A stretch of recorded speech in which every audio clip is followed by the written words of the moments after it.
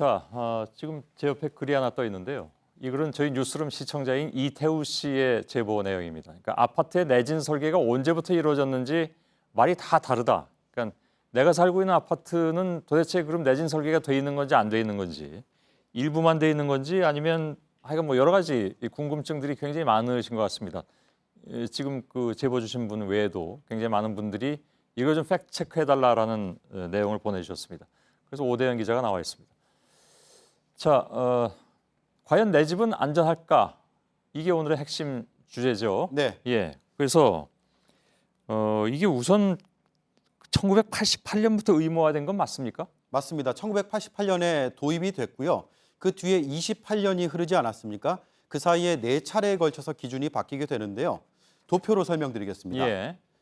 1988년에 6층 이상 그리고 연면적, 여기서 연면적은 각 층의 바닥 면적을 다 더한 걸 말하는데 예. 10만 제곱미터, 그러니까 평수로 따지면 약 3만 평 이상 건물의 내진 설계를 의무화했습니다. 예. 그때는 뭐 해당되는 게 그렇게 많지 않았을 것 같습니다. 그렇다면 6층 이상이면 주로 엘리베이터를 이용하는 아파트나 주택 정도는 해당이 됐겠군요. 근데 면적으로 보면 또 굉장히 넓어서 네. 해당되는 게 별로 없지 않았을까 싶기도 한데. 네, 6층 이상이거나 또는 면적이기 때문에 6층 이상이면 또는입니까? 됩니다. 예, 알겠습니다. 네, 예, 예. 그런데요. 2005년에 이 규정이 다시 한번 바뀌는데 예. 이렇게 됩니다. 3층 이상 또는 연면적 1000제곱미터. 훨씬 강화됐다는 얘기죠. 네, 약 예. 300평 이상으로 바뀌어서 의무 대상 말씀하신 대로 늘어난 거고요. 그리고 2009년부터는 처마 높이가 9m, 다른 조건은 같습니다. 그리고 기둥 거리가 10m인 기준이 추가가 됐습니다. 이것도 또 강화된 겁니까 그러면? 맞습니다. 예, 예. 그리고 지난해에는 연면적 500제곱미터, 그러니까 150평 이상으로 대상이 더 늘었습니다. 예. 처마 높이는 왜 필요합니까? 처마가 붕괴될 수가 있지 않습니까? 예, 높아지면은 무게도 있고요. 그래서 9m 이상이 되면은 그렇군요. 내진 설계를 해야 된다는 거죠. 예. 아무튼 기준은 점점 확대돼가는 그런 추세이면 틀림이 없습니다. 그렇다면 내가 살고 있는 주택이 언제 지어졌는지만 알면 쉽게 확인할 수 있다 이런 얘기가 될 수도 있는데 이게 1988년부터니까 글쎄요. 그 1990년 예를 들어서 1990년에 지은 아파트 20층짜리 아파트는 의무적으로 돼 있는 건가요? 여기서부터 좀 복잡한데 1988년부터니까 될 것도 같은데 기준이 좀 다릅니다. 주택을 언제 지었느냐가 아니라 그 주택의 건축 허가가 언제 났느냐, 이게 기준이 됩니다. 예. 건축은 이런 절차로 이루어지는데요. 처음에 허가, 착공, 준공, 입주인데 이 허가 시점에 뭘 제출하냐면 내진 설계 확인서를 내야만 합니다. 예. 이 확인서를 제출하는 시점에 제도가 존재했다면 그러면 될 수 있는 거고요. 1990년에 준공된 아파트라고 하더라도 그래서 건축 허가가 저 1988년 이전에 났다면 내진 설계가 안 됐을 가능성이 큽니다. 아, 그렇군요.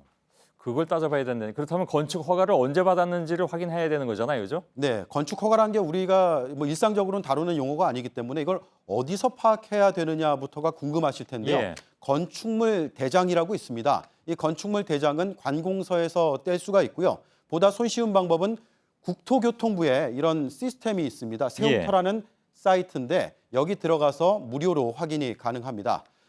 이건 저희 팩트체크 팀의 팀원이 살고 있는 건축물 대장인데 예. 저희 팀원이 살고 있는 이 주택 허가가 1991년 4월 6일 날 났습니다. 3층 건물인데요.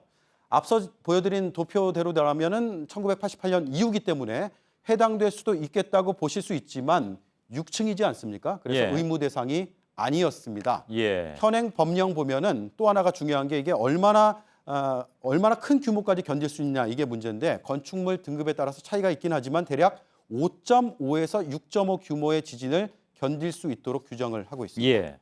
근데 말이죠.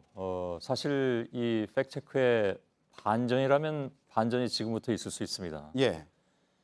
내진 설계 대상이 되더라도 과연 법을 잘 지켜서 지었느냐?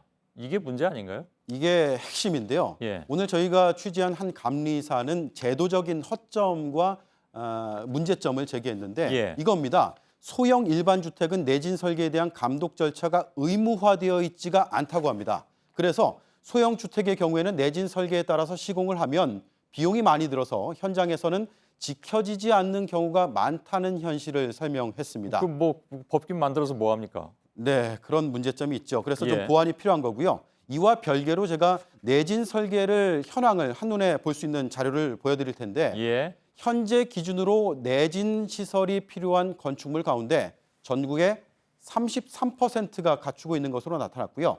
서울, 대구가 27.2%, 경주가 속한 경상북도가 34.5%였습니다. 여기서 의무화 기준이 약했을 때 지었던 건물이 많이 포함되어 있기 때문에 예. 그만큼 앞으로 갈 길이 멀다 이런 뜻으로 해석하면 아니 되겠습니다. 근데 잠깐 상식적으로 보자면 전국이 33%만 내진 설계가 돼 있다면 그 대상 중에 네, 67%는 규정을 안 지켰다는 얘기잖아요. 이 표에선 그렇게 해석하기보다는요. 예. 전국에 이제 내진 설계를 지금 이 시점에서 할 필요가 있는 건물을 100으로 봤을 때 예. 과거에 기준이 좀 미비했거나 혹은 기준이 없었던 시점까지의 건축물을 다 더했을 때의 예. 퍼센티지가 전국적으로 33%다. 그래서 앞으로 내진 시설을 좀 보강할 필요가 있다라는 측면으로 해석할 필요가 알겠습니다. 있습니다. 그런데요. 왜 그 건축 허가를 받고 네. 허가 받을 때 이제 필요한 서류 다 낼 거 아닙니까? 네, 그다음에 건물을 짓고 그다음에 입주하기 전에 준공 검사가 있잖아요. 네. 준공 검사에서 저걸 다 안 합니까? 그러니까 그 진짜로 내진 설계를 했는지 안 했는지 검사를 못 합니까? 준공 검사는 구조감리라고 하는데요. 예. 구조감리가 제가 앞서 말씀드린 감리사의 그 오늘 전원 예. 있지 않습니까? 감리 중에서도 소형 일반 주택의 경우에는 의무화가 안 됐기 때문에 예. 다 짓고 나서 살펴볼 경우에는 어떻게 지었는지 확인할 방법이 없다는 거고요. 자기가 진 집이 아니라면 남이 진 집을 샀을 때 그 집에 내진 설계가 되는지 안 되는지는 아무도 모른다는 얘기잖아요. 규정이 돼 있다 하더라고요. 배제할 수 없는 거죠. 그런 예. 가능성을. 반전이군요. 네. 유쾌하지 않은 반전입니다. 알겠습니다. 오늘 여기까지만 듣도록 하겠습니다. 오대영 기자였습니다. 수고했습니다.